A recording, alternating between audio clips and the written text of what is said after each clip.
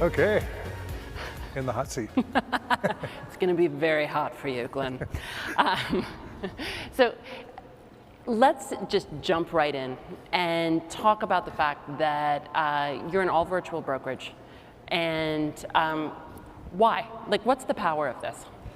Well, yeah, really a couple things. What I think fundamentally changed the backdrop for real estate brokerage, at least in terms of being able to be virtual, was the day when every home in America had cable internet. And so that really was, 2007-ish, 2002, a lot of us were all dial-up, right? Yeah. And then the second part, I think, was the fact that we had high-speed internet on our phones. And so those two things basically gave us total access to information as real estate professionals without having to go to the office. So prior to that, you had to connect to the T1, all those things. So what I referred to 2008, 2009 was the perfect storm. Technology had finally got to the point where you could literally work from anywhere with anyone at any time on anything, and the housing market sucked. So Perfect time to start a real estate. Yeah, and so I had physical offices in the previous iteration of brokerage, and I couldn't afford the offices, and I fundamentally went back to the team and said, hey, we need to build a real estate brokerage that's profitable in good times and bad times. And the only way to do that was to get rid of the biggest single fixed cost in the brokerage, which was physical bricks and mortar. So that was really the sort of the impetus of going virtual and for all intents and purposes cloud-based, even though we didn't refer to it at that point as that. But for us, it just made sense. And we didn't know if it would work, but it was worth the science experiment because we weren't going to make money doing physical bricks and mortar.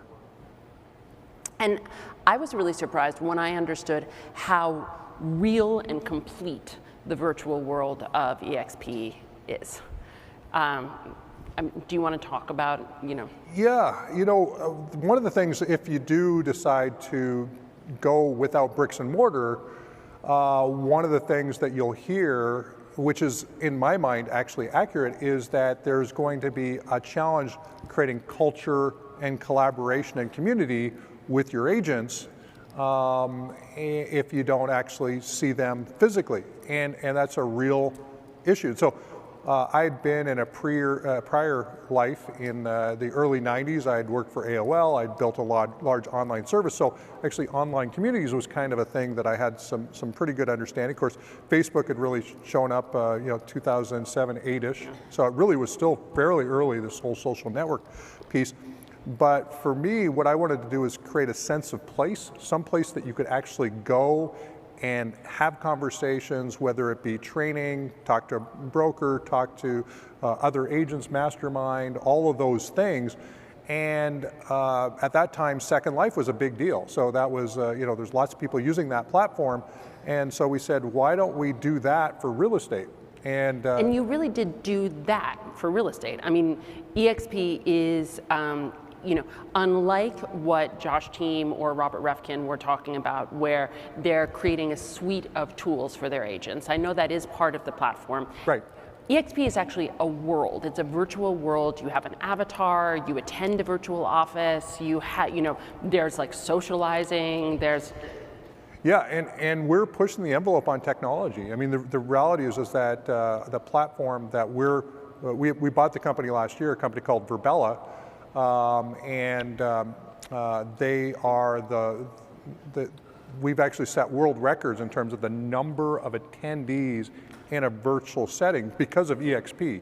How many is it that? So we had over 730 people attend a live training in World. It was actually a Texas compliance meeting, and we were going over some things relative to Texas. Texas is our largest And again, state. I mean, maybe everyone's getting this, but it's not just that they're attending like a WebEx. It's actually that they have like an avatar that's in a room with a bunch of other avatars. Yep.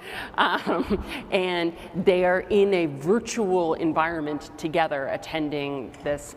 Yeah, the comment that I get time and time again, literally from day one, is people forget once they're in there, after about 5 or 10 minutes, that they're in their house.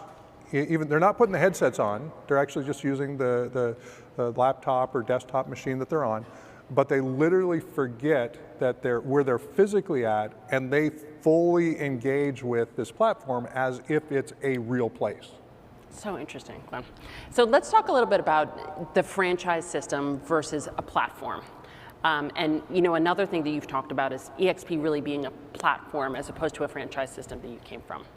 Yeah, there was a couple things. One is, the franchise system, in at least the way I look at it, exists because there's been this need for physical space. And if a franchisor, which has a great business model, if they could afford to have put in all the bricks and mortar, they wouldn't have franchised, because the franchises kind of create a little bit of a disconnect when it comes to trying to pivot in the face of things like technology. So, if you're going to tell folks that you're going to give up your 10,000 square foot and go virtual because that's what it needs to be competitive, or lower it to a certain square foot, they're going to sit there and complain because that was part of my franchise agreement. I had to have that, and so that really creates a little bit of a disconnect. But if you think about a platform, and whether it be an EXP, and you can look at other platforms out there. Certainly Zillow is a platform of sorts for independent agents to generate leads and build a business, and so I really think they're a platform play. Even though there's bricks and mortar involved, for the salary-based agent, Redfin's a platform. And you think about sort of those. Can we just define almost what we mean by platform when we talk about it? Yeah, it's a place that you as an agent can plug in and get all of the parts of the business that you need. Now, and certainly that's done in the franchise system, there's no doubt about that, but the difference is that you're less constrained about physical space than really just getting access to information and being able to transact in that. We're in a knowledge-based economy, especially in real estate, in terms of how the business gets transacted, and it's less about where do you go to work, and just to the extreme nature of it, and kind of backtracking just a little bit, is we don't even have a corporate office. If you go by our address in Bellingham, Washington, it's a Regis suite that somebody goes and checks the mail 3 times a week. And am I right in remembering this, that you have like a home office in your, is it garage in the back? Or? Yeah, it's a casita above the garage. Yeah. And when I go to work, I put on my little furry slippers in the Yeah, I was going to say, do you always get dressed? Yeah, well, it's a sometimes it's a pajama-based business. Yeah, but I put my slippers on. I go in the casita. I take them off. I go upstairs. I got my power room and jump in the virtual campus. I got a number of other screens, and I'm just I'm sort of wired into the company. And so I had Josh Team, Robert Refkin, Ryan Gorman up here talking today about platforms. But those are platforms that are also encumbered by the fixed costs of physical locations. Right. How do you think those models are going to fare, needing to invest on both fronts? Well, I think that's, the reality is that we're seeing certainly compression on the amount that brokerages keep relative to agents. And that's, I think, just the nature of the competitive nature of residential real estate brokerage. And so when you think about companies like EXP, and we're not the lowest priced real estate brokerage out there, but the fact is that there's always going to be a certain number of agents that are going to the either lower cost or a different compensation model that sort of benefits them in a different way than where they're at. And I think that's the part where what's your biggest biggest expense in real estate brokerage? Well, it's your office, your physical space, followed closely by your staffing costs. Yeah. And then the other part is that if you're a physical. Can I just jump in? Are staffing costs reduced in your model as well? Do you pay people differently because of the way they work? Well, interestingly, so we've been now 2 years in a row Glassdoor top 50 employer in the country. So all of our that. Congratulations. yeah. And I got the 2 years in a row top 50 CEOs. So we're really about CEO and his jammies winning the awards. Yeah, Way to go, Glenn. It's interesting. So if you want to improve your Glassdoor awards, just get rid of your offices. And so we've got healthcare benefits. We've got all of our staff have now stock options. Yeah. And so we're always working on sort of the staff side as well, because we want to attract the best talent and retain the best talent as we continue to grow. So I wouldn't say we pay the most, even on the staff side, but the freedom and flexibility for staff to work from anywhere. I mean, literally, I had Megan Hampton has worked for us for probably 8 years. Yeah. She's a spouse, a military spouse, and she's moved 5 times. And I was talking to her one day, and I said, "What are you doing this weekend?" And it turned out she's working in South Korea. So she spent a year and a half or so in South Korea on the team. Nothing changed, and she was doing the same thing that she was doing when she was stateside. So the ability for staff to work anywhere is a huge benefit. And of course, the cost of living, for instance, in New York is high. I have to pay my staff to keep up with that. Right. You would have more flexibility in that way. Yeah, and there's a lot of really great talent that wants to work from home and or needs to work from home. They've got some obligations that take them out of the traditional workforce, and there's a lot of great talent that can't commute 30 minutes to the office every day. Yeah. So let's talk about that talent and their relationships with your agents. Because one big question I have was, how do relationships work in this model? How does agent oversight and support work in this model? Yeah, so one of the things that's a little bit of a misconception is that the brokerage having no offices means that we don't physically connect. Yeah. And certainly as an organization, we have 2 major events. So nationally and internationally, we're in Canada and as well. We'll get together, and we'll get a couple thousand of us will be across the street at the MGM in October. But at the local level, there's lots of support. Like if we look at just the state of Texas, just use it for an example. I mean, we've got 4 managing brokers. We've got lots of staff. They're all locally centralized staff to support those local markets. And there's lots of little meetups and other things relative to training and collaboration. So it's still hands-on. We just don't have the physical space. The other part is that because of the way we do operate, we're able to leverage staff over a larger number of agents and still provide a great experience. So that's been really good as well. And you find that the agents actually experience that virtual support as equivalent to in-person support? Well, I would actually submit that our agents most of them feel more supported in the EXP ecosystem than they did at their prior bricks and mortar brokerage.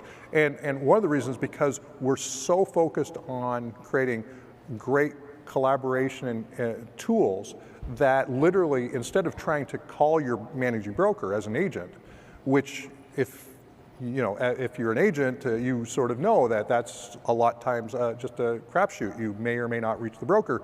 We're really heavy users of Workplace by Facebook. So we're connected via chat, real time. We can pull people into the conversation and solve things on a more broad scale with local engaged support. And we can go straight from chat right to effectively a phone call through that platform.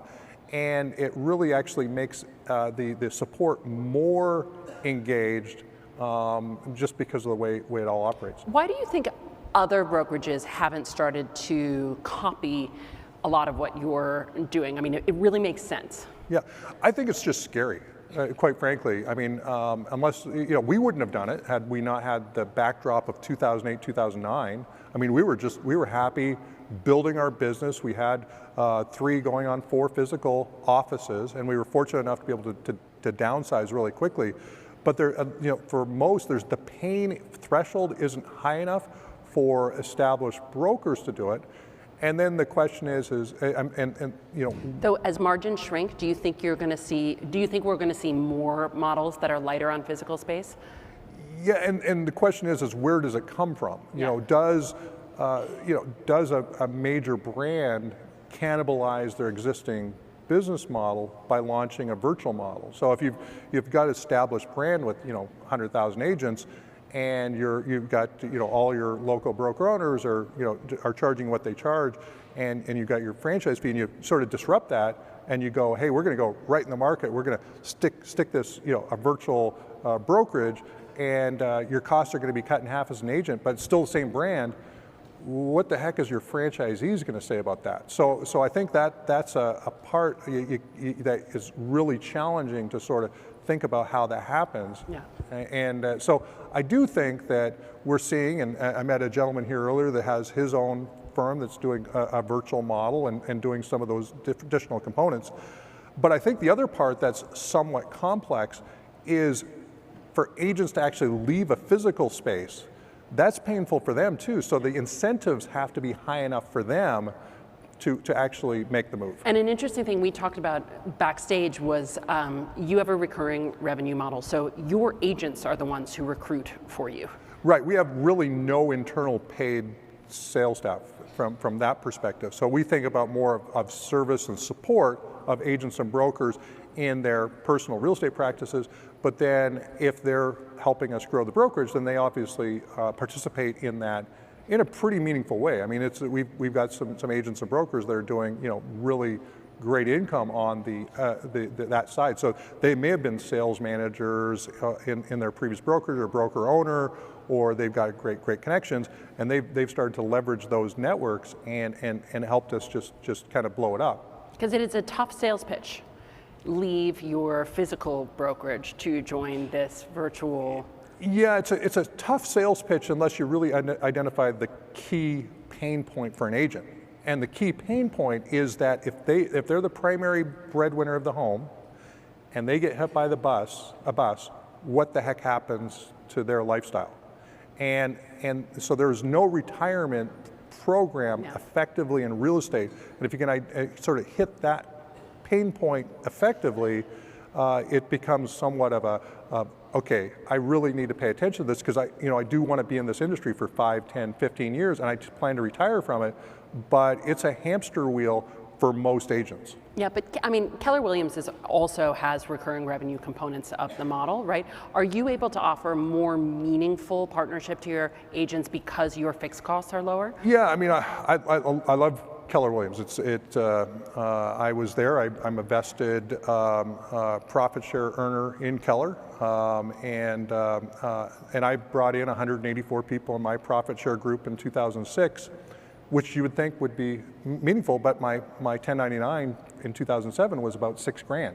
So for me, it didn't work. So, but I wanted my goal was to just grow that thing out for my whole career. What would an equivalent, someone who brought in, let's say, 180 agents to EXP, can you just ballpark for me what they would see on their 1099? Yeah, generally speaking, fairly safe to be anywhere from 250 to 750 per year per agent that you've in your organization. So 18, so it's 90,000 a year would be sort of an equivalent sort of framework to think about.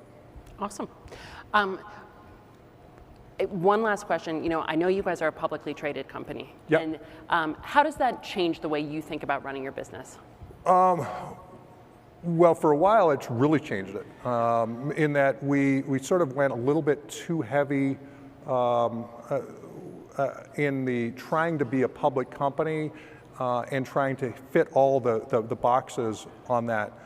We've actually had to sort of rein things in a little bit to actually run as a controlled public company. So I can't say anything that's material, non-public information and share that with you guys, but I can run the company more like a private company because of the way that we're structured. So in that we can make decisions that have a long run implication versus worrying about the next quarter or even the next 12 months. So we haven't had our income statement hasn't been net profitable, something we're committed to actually as a company, but we haven't had to sort of answer that need as much as we would have had to had we just been a normal, big public company. Well, next time we sit down, which I'm looking forward to because I always love chatting with you, Glenn, we're going to talk about that profitability question.